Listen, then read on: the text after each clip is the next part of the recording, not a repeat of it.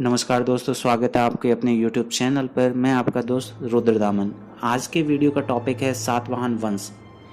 इसके बारे में आज हम लोग चर्चा करेंगे। तो चलिए दोस्तों शुरू करते हैं। सम्राट अशोक के बाद ही दक्षिण पश्चिम भारत में एक शासक सातवाहन का उदय होता है। सातवाहन वंश का संस्थापक सिमुक था, जिसने अपने नाम का सिक्का भी चलाया था, जिसको आप लोग इस वीडियो में देख सकते हैं। जिस मुद्रा पर सम्यक संस्कृत का प्रचलित चैत्य बना हुआ है, जिस पर पाली भाषा में रिंजे गौतमी पुतश्री सात कनिष्ठ लिखा हुआ है। वैसे तो आज भ्रमक लोग सातवाहन को भी अपने भ्रमक समुदाय का अनुयायी बताने से नहीं चूकते, लेकिन प्रमाण ठीक उल्टा मिलता है। आज देश के दक्षिण क्षेत्र में बने अजंता एलोरा जैसे अनेक स्थानों को देख सकते हैं, जिनमें सम्यक संस्कृति की अति विशिष्ट ज्ञान शैली को दर्शाया गया है। इस निर्माण का सारा श्रेय सातवाहनों को जाता है। सम्राट अशोक जैसे सातवाहन के संस्थापक ने भी अपना नाम धम्म लिपि और पाली भाषा में शिला पर उकेर दिया, ताकि आगे मेरे नाम और मेरे काम पर किसी को कोई गलतफहमी ना हो।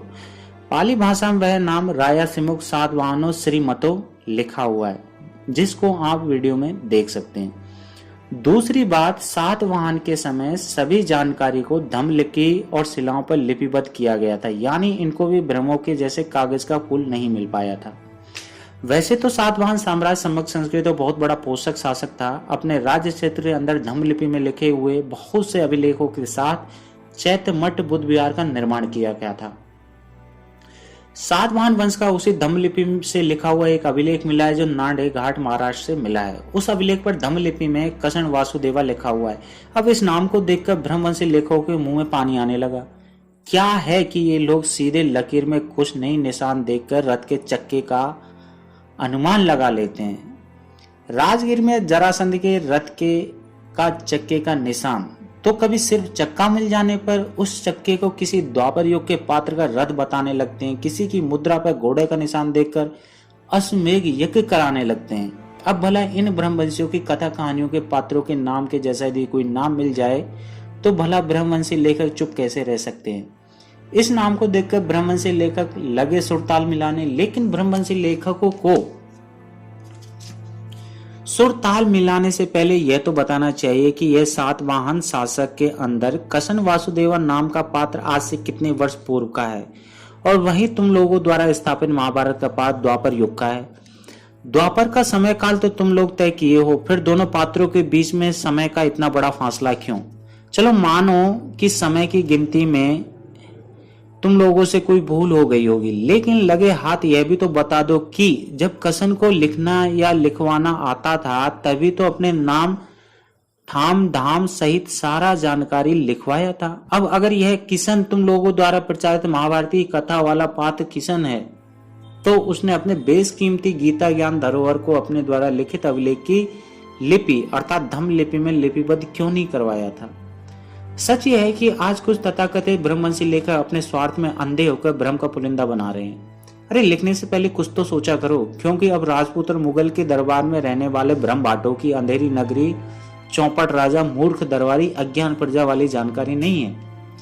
अब यूरोपियन विद्वानों ने अपने भारतीय सम्यक संस्कृति के साक्ष्यों का जखीरा खड़ा कर दिया है।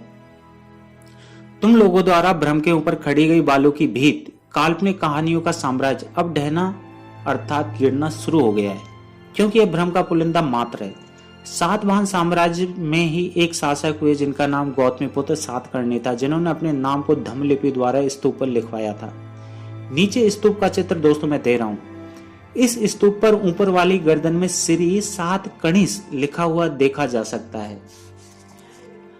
आज का श्री शब्द आज की संस्कारित भाषा लिपि का है, जबकि इसका प्रथम उपयोग सम्यक संस्कृति में मिलता है, जिसको धम्म लिपि में और नागरी लिपि में श्री लिखते हुए श्री से संबोधित होता है, जिसको आप लोग सातवाहन से प्राप्त अभिलेख, सिक्के व स्तूप पर लिखा हुआ देख सकते हैं। इस श्री का अर्थ सम्मानीय होता है। तीसरा नाम है पुष्मित सुंगु का, जिसको भरूच की खुदाई से काफी साक्ष्य मिला है, जिसको कोई भी साक्ष्य वैदिक समर्थन होने का नहीं है। फिर भी आज के लोग पुष्मित सुंगु को ब्रह्मों का समर्थन बताने पर उतावले रहते हैं। वैसे भरूच से मिले साक्ष्यों का काफी वर्णन है। मैं वैदिक युग के घालमेल पुस्तक को मैं डाल चुका हूं दोस्तों, वहां पर आपको इसके बारे में पूर्ण जानकारी मिलेगी। पुष्मित सुंगु के द्वारा लिखित या सुंग के कार्यकाल में किसी के द्वारा लिखवाई गई किसी भी वैदिक लिपि या संस्कृत का साक्ष्य नहीं मिला। उल्टे सुंग के नाम का धम्म लिपि में लिखा हुआ एक अभिलेख मिला है, जिसे आप लोग भरूच के अध्याय में देख सकते हैं। दोस्तों अगला वीडियो आपको भरूच स्तूप के ऊपर आने वाला है, जिसे आप जरूर देखें। मैं कम्युनिटी टैब पे उसका लिंक मैं डाल दूंगा, तो प्लीज लाइक कीजिए उसको। वैसे आज के समय में बहुत से लोग पुष्मेश संघों की राजधानी को साकेत अर्थात अयोध्या में होना निश्चित करते हैं, जबकि अयोध्या की पहली खुदाई अलेक्जेंडर कनिंघम के नेतृत्व में 1862 से लेकर 63 में हुई। इसके बाद सर अलोइस फ्यूअर ने 1889 और 91 में खुदाई की, जिसमें बुद्ध विहार के अलावा कुछ नहीं मिला। Professor A.K. नारायण ने 1959 और 70 में तीसरी बार खुदाई की, लेकिन फिर भी बुद्ध विहार को छोड़ के कुछ नहीं मिला था। चौथी बार न्यायालय के आदेश के अनुसार 2003 में फिर से खुदाई होती है, लेकिन पुष्मेश संघों द्वारा निर्मित कोई किला या कोई अन्य प्रमाण आज तक वहां नहीं मिलता है। तो मिलते हैं दोस्तों एक और दूसरे वीडियो में। वीडियो आपको कैसा लगा मेरे को जरूर बताएं।